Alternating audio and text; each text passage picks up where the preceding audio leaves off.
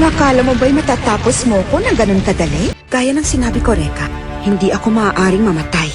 Sa mustang muli, kaibigan, sa bidyong to, tatalakayin naman natin ang isa sa mga natitirang katanungan sa Flame of Reka. Paano nga ba natanggal ang sumpa ng pagiging immortal sa nanay ni Reka na si Kagero o Emma Kageyoshi?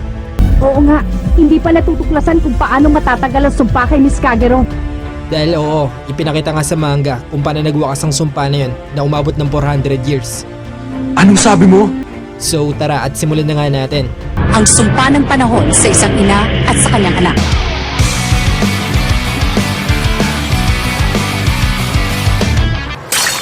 Si Emma Kageyoshi, ang babaeng walang kamatayan. Bago ang lahat, balikan nga muna natin sandali kung bakit nga ba nagkaroon ng ganitong sumpa si Kagero. 400 taon nang nakakaraan. Patayin na lahat ng kasapi sa angka ng Hokage! Bale napilitan nga siyang gamitin ang ipinagbabawal na kapangyarihan ng mga Hokage, ang Jikuryuri. Mga piling kasapi lamang ng Hokage ninja ang nakaaalam ng tungkol sa kakayahang ito. Isang teknik na nakapagbubukas ng portal kung saan nakakapag-time travel nga sila sa nakaraan o sa hinaharap. Subalit mahigpit itong ipinagbabawal. Pero ang pinaka-side effect nga ng paggamit nito ay matatrap ang pagkatao nila sa mismong oras kung kailan niya ginamit ang teknik. Kapag ginamit mo ang kapangyarihang ito ay isusumpa ka ng panahon. At dahil doon, hindi nga tatanda at hindi mamamatay ang sinumang gagamit nito. Kailanman ay hindi ka mamamatay. Pero ang pinaka-side effect nga ng paggamit nito ay matatrap ang pagkatao nila sa mismong oras kung kailan niya ginamit ang teknik. At dahil doon, hindi nga tatanda at hindi mamamatay ang sinumang gagamit nito. Para sa iba, siguro hindi ito maituturing na sumpa. Sino ba namang hindi na naising maging immortal at mabuhay ng habang panahon, di ba? Mapapasakin ang buhay na walang hanggan! Pero ayon mismo sa tatay ni Oka at ayon na rin sa mismong dinanas ni Emma, walang katapusang parusang araw ang pagkakaroon ng walang hangganang buhay. Magmabuhay ng walang kamatayan ay isang impyerno sa daigdig. Dahil hindi nga raw siya namamatay, lahat ng mga taong minahal at mamahalin niya ay magkakasunod niyang masasaksiyang mawala lahat. Isa-isa mong masasaksihan na mamatay ang iyong mga minamahal. At paulit-ulit niyang mararamdaman at maaalala ang sakit na yun habang nananatili siyang immortal. Huwag mong dayain ang panahon dahil sa bandang huli, ito pa rin ang magwawagi. Pero dahil sa kagustuhang sagipin ang buhay ng anak mula sa mga nais tumapos sa kanila, ginamit nga ni Kagero ang ipinagbabawal na kapangyarihan at ipinadala si Reka sa hinaharap. Kakayahang lihim ng Hokage. Magpatuloy ka! Paalam. Mahal kong Reka. Nang araw na yon, nagsimula ang aking buhay na walang kamatayan. At dahil dun, naglakbay nga tong si Kagero sa buong Japan sa loob ng 400 years upang hanapin ang anak. At sa loob ng 400 years na yun, tanging paghihirap, kalungkutan at pag-iisa nga lang ang naranasan niya. Ang laki ng hirap na pinagdaanan ninyo. Bagay na hindi naman tuluyang nasayang dahil gaya ng napanood natin sa anime, muli nga nagtagpuan ng das nila ng anak na si Reka. Sigurado ko, ang batang yon ay si Reka. Pero heto na nga, ngayong natagpuan na niya si Reka. Ibig sabihin ba nito tapos na rin ang paghihirap niya? Nope, dahil gaya ng nabanggit, ang pinakatinuturing nga na sumpa sa kondisyon niya ay ang makitang maunang mawala ang mga mahal niya sa buhay. Bukod dyan, kahit kailan ay hindi niya rin mayayakap si Reka. Ang isinumpa at ang taong naglakbay sa ibang panahon ay hindi kailanman magkakadaupang palad hanggat hindi ako nakakawala sa katawang ito. Kaya yun, ngayong nakita na nga niya ang anak, may isa pa nga siyang nais matagpuan. At yun nga ay ang kapangyarihang maaring magalis sa kanyang pagiging immortal. At dito na nga papasok ang karakter na nagngangalang Rasen. Bale para sa mga hindi nakapagbasa ng manga, paniguradong hindi kayo pamilyar sa karakter na to dahil hindi nga siya pinakita sa anime.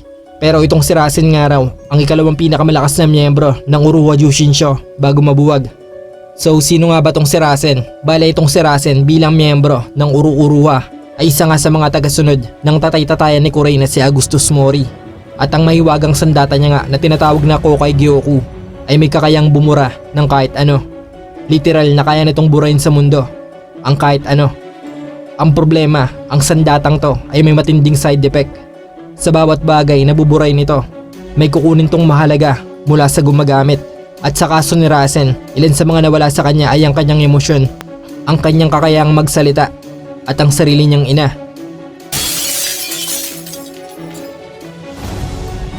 Dahil alagad nga siya ni Augustus Mori, Isa nga siya sa mga ipinadala upang dukutin si Ana.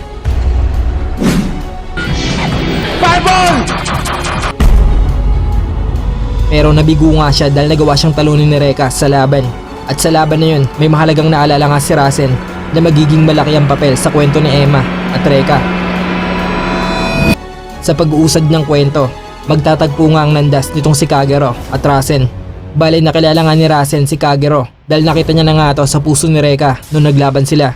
At nangyari nga yun dahil ang mahiwagang sandata ng partner niyang si Kirin ay may kakayang bumasa ng nilalaman ng puso ng tao. At dahil sabay na binabasa ni Kirin ang puso ni Rasen at Reka nung oras na yun, nagkaroon nga sila ng koneksyon at nakita rin ni Rasen ang nilalaman ng puso ni Reka. At 2 araw ang nangingibabaw ron.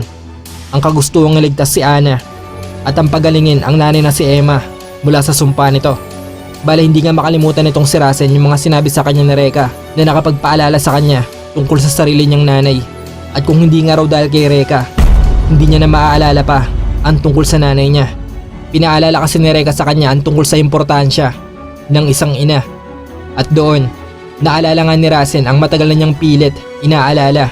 At yun nga ay ang kagustuhang mabura rin bilang parusa sa pagkawala ng kanyang ina. Kumbaga matagal na nga niyang sinisisi ang sarili niya dahil siya nga naging dahilan ng pagkabura nito sa mundo.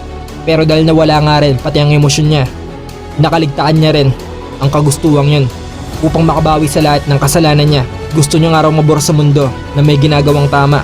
Kaya hinahanap niya nga raw noon ang tamang panahon kung kailan siya dapat mawala. At dahil kay Reka, naalala niya nga yun at natagpuan na nga raw niya ang matagal na niyang hinahanap. Ang problema, hindi sa ngayon ang partner niyang si Kirin sa nais niyang mangyari dahil wala nang pwedeng kunin sa kanya ang maywagang sandata. Posibleng buhay na mismo ni Rasen ang magiging kapalit. Kaya ang ginawa nga nitong si Kirin ay inunahan na nga niyang atakin si Emma para subukan tapusin ang buhay nito. Nung una, hindi matamaan ni Kirin si Emma hanggang sa mapilitan nga nitong ipangharang ang likuran matapos subukang iligtas ang isang tutang Zoro na sumusunod sa kanya. Sandaling nagtaka si Kirin dahil sa kabila ng malalalim na sugat na tinamo ni Emma mula sa sundata niyang nilagyan niya pa na malalakas na lason, tila walang epekto ang mga yun kay Emma. Ipinaliwanag naman ni Emma na bagamat hindi siya namamatay, totoong nararamdaman niya ang sakit ng mga sugat at lason sa katawan niya. Pero baliwala nga lang daw ang sakit na yun kung ikukumpara sa lahat ng mga pinagdaanan niya sa loob ng 400 taon. Habang pansamantalang hindi makagalaw dahil sa epekto ng lason sa katawan niya, bigla namang lumapit si Rasen sa harapan ni Emma. At dito, sa kabila ng pakiusap ni Kirin na wag nitong ituloy ang binabalak, ginamit nga ni Rasen ang Kokai Gyoku sa kauli-uli ang pagkakataon upang subukang burayan ang sumpa sa pagkatao ni Kagero o Emma.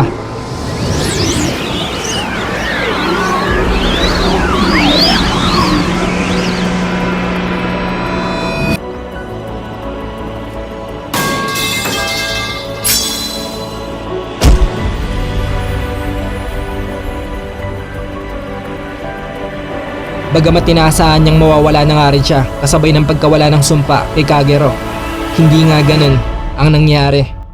Nasinundan pa ng pagpapakita sa kanya na nakangiting kaluluwa ng kanyang ina na syempre ipinagtaka ni Rasen.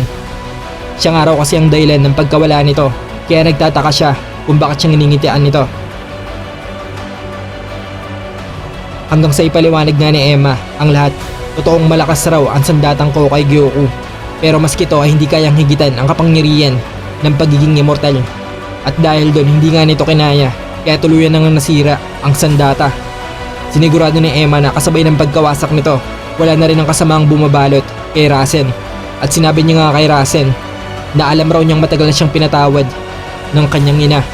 At sigurado nga raw siya sa sinasabi niya dahil isa nga rin daw siyang nanay. Dahil sa mga sinabi ni Emma, hindi nga napigilang maiyak ni Rasen na ang ibig sabihin niya ay may natitira pa ring emosyon sa pagkatao nito. Samantala, habang naglalakad papalayo, muling sinundan ng maliit na tutang Zoro si Kagero. At dahil sa sobrang tuwa ay hindi sinasadyang nakalmot siya nito sa may kamay. Pero lumipas ang ilang sandali ay nagsimula na nga siyang magtaka.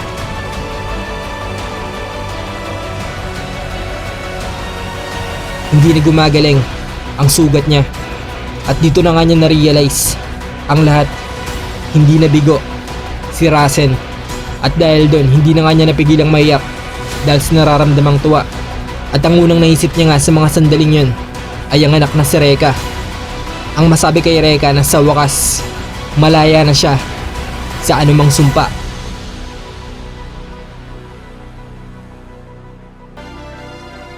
影よ、よくぞわしを忘れずにいてくれと。己のために生きてくれ。さようなら、おっかさま。